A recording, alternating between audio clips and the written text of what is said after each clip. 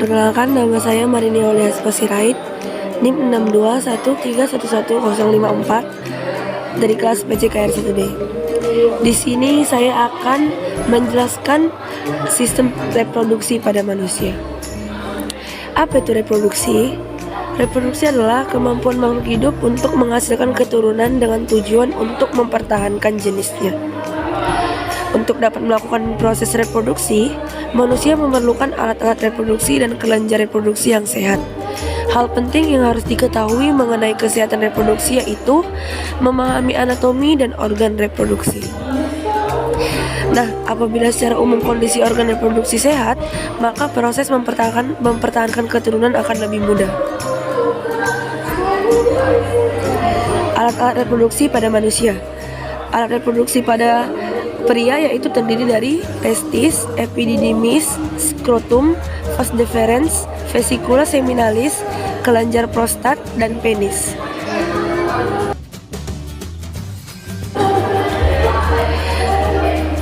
Saya akan menjelaskan testis. Testis itu merupakan sepasang struktur berbentuk oval, agak gepeng dengan panjang sekitar 4 cm dan diameternya sekitar 2,5 cm. Testis itu berada di dalam skrotum bersamaan dengan epididymis, yaitu kantong ekstra abdomen tepat di bawah penis. Dinding pada rongga yang memisahkan testis dengan epididymis disebut tunica vaginalis. Yang kedua yaitu epididymis. Epididymis dibentuk oleh saluran yang berleku-leku secara tidak teratur yang disebut ductus epididymis. Panjang ductus epididymis sekitar 600 cm. Ductus ini berawal dari puncak testis atau kepala epididymis dan berjalan berliku-liku. Kemudian berakhir pada ekor epididymis yang kemudian menjadi vas deferens. Epididymis merupakan tempat terjadinya maturasi air sperma. Yang ketiga yaitu skrotum. Skrotum pada dasarnya merupakan kantung kulit khusus yang melindungi testis dan epididymis dari cedera fisik dan merupakan pengatur suhu testis. Spermatozoa sangat sensitif terhadap suhu karena testis dan epididymis berada di luar rongga tubuh. Suhu di dalam testis biasanya lebih rendah daripada suhu di dalam abdomen. Yang keempat yaitu vas deferens. Vas deferens merupakan lanjutan langsung dari epididymis yang panjangnya 45 cm yang berawal dari ujung bawah epididymis. Naik di sepanjang aspek posterior testis dalam bentuk gulungan-gulungan bebas, kemudian meninggalkan bagian belakang testis. Ductus ini melewati korda spermatika menuju abdomen. Lalu vesicula seminalis. Vesicula seminalis ini merupakan sepasang struktur berongga dan bergantung kantung pada dasar kandung kemih di depan rektum. Masing-masing vesikular memiliki panjang 5 cm dan menempel lebih erat pada kandung kemih daripada pada rektum. Pasokan darah ke vas deferens dan vesicula seminalis berasal dari arteri vesicularis inferior. Arteri ini berjalan bersama vas deferens menuju skrotum beranastomosis dengan arteri testikukar. Sedangkan aliran limfatik berjalan menuju ke donus iliaca interna dan eksterna.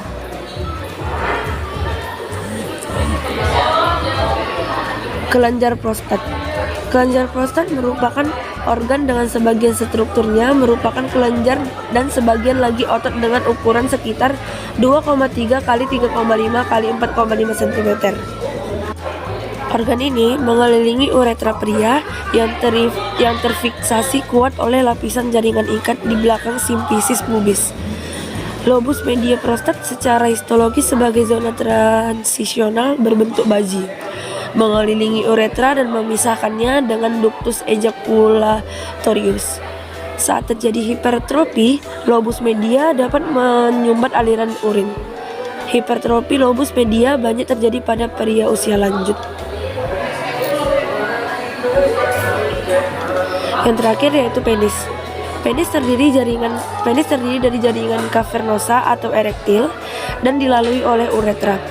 Ada dua permukaan, yaitu permukaan posterior penis trabeluna atau dekat uretra dan permukaan dorsal. Jaringan erektil penis tersusun dalam 3 kolom longitudinal, yaitu sepasang korpus cavernosum dan sebuah korpus spongiosum di bagian tengah. Ujung penis disebut glans.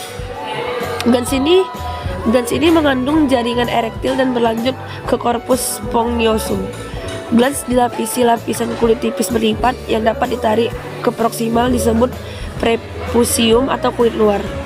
Prepusium ini dibuang saat dilakukan pembedahan atau sirkumsisi. Penis juga berfungsi sebagai penetrasi pada wanita, memungkinkan terjadinya deposisi semen dekat serviks uterus. Selanjutnya, alat-alat reproduksi pada wanita. Alat reproduksi pada wanita terbagi dua, yaitu yang pertama genitalia eksterna, yang kedua genitalia interna. Saya akan menjelaskan tentang genitalia eksterna. Genitalia eksterna terdiri dari satu, vulva. Vulva terdiri atas labium mayor atau bibir besar dan labium minor atau bibir kecil. Yang kedua, mons pubis atau mons veneris. Lapisan lemak di bagian anterior symphysis os pubis. Pada masanya pubertas daerah ini mulai ditumbuhi rambut pubis. Yang ketiga yaitu labia mayora. Lapisan lemak lanjutan mons pubis ke arah bawah dan belakang. Banyak mengandung plexus vena. Homolog embriologi dengan skrotum pada pria, ligamentum rotundum uteri berakhir pada batas atas labia mayora. Nah, di bagian bawah perineum, labia mayora menyatu atau pada commissura posterior. Yang keempat yaitu labia minora. Lipatan jaringan tipis di balik labia mayora tidak mempunyai follikel rambut, namun banyak terdapat pembuluh darah, otot polos dan ujung serabut saraf. Yang kelima yaitu clitoris. Terdiri dari cakut atau glans clitoridis yang terletak di bagian superior vulva dan korpus clitoridis yang tertanam di dalam dinding anterior vagina. Homolog embriologi dengan penis pada pria. Yang keenam yaitu vestibulum. Daerah dengan batas atas klitoris, batas bawah forehead, batas lateral labia minora, berasal dari sinus urogenital dan terdapat 6 lubang atau orifisium, yaitu orifisium uretrae externum, introitus vaginae, ductus glandulae, Bartolini kanan kiri dan ductus kene kanan kiri. Antara forehead dan vagina terdapat fossa navicularis. Yang ketujuh yaitu introitus atau orifisium vagina. Ini terletak di bagian bawah vestibulum atau pada gadis Virgo, tertutup lapisan tipis bermukosa yaitu selaput darah atau hymen utuh tanpa robekan. Yang ke-8 yaitu perineum. Daerah antara tepi bawah vulva dengan tepi depan anus, batas otot-otot diafragma pelvis atau elevator ani, coccygeus dan diafragma urogenitalis atau perinalis transversus profunda atau constrictus uretra. Yang kedua, saya akan menjelaskan tentang genitalia interna. Yang pertama itu ada ovarium atau indung telur.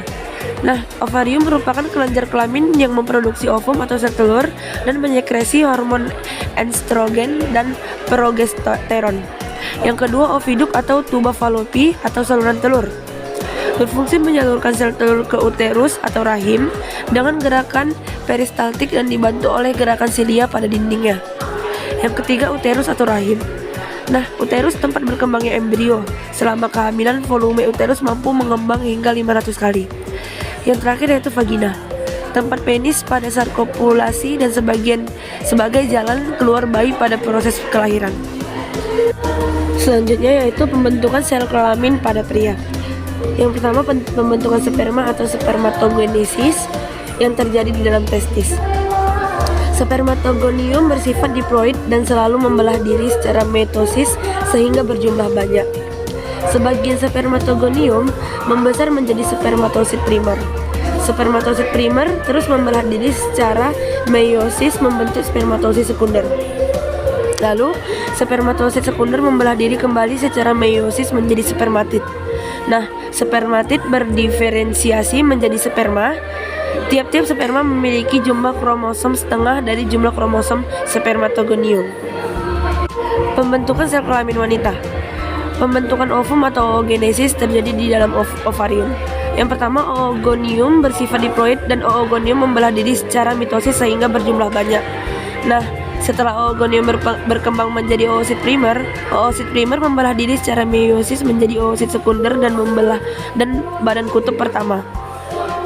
Setelah oosit sekunder mengandung kuning telur dan sitoplasma, badan kutub pertama merupakan inti sel yang kemudian membelah diri menjadi dua, yaitu oosit sekunder membelah diri secara meiosis menjadi otit dan badan kutub kedua.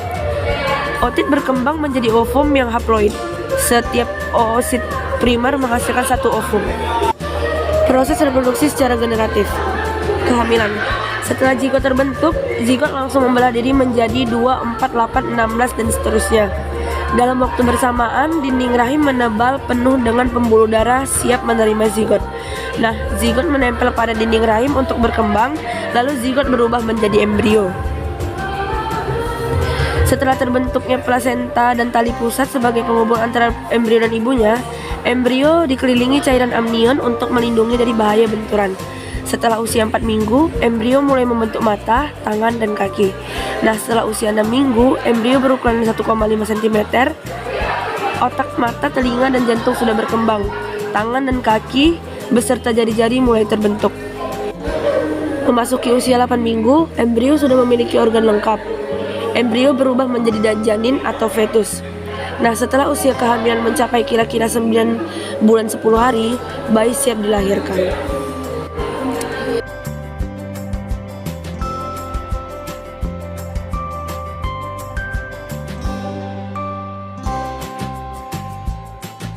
Ini yang dapat saya jelaskan tentang materi sistem reproduksi manusia. Adapun simpulan dari materi kali ini yaitu reproduksi adalah kemampuan makhluk hidup untuk tujuan menghasilkan keturunan yang baru. Nah, tujuannya adalah untuk mempertahankan jenisnya dan melestarikan jenis agar tidak punah. Pada manusia, untuk menghasilkan keturunan yang baru diawali dengan peristiwa fertilisasi. Sehingga dengan demikian reproduksi pada manusia dilakukan dengan cara generatif atau seksual dan terdapat pula reproduksi secara vegetatif. Terima kasih.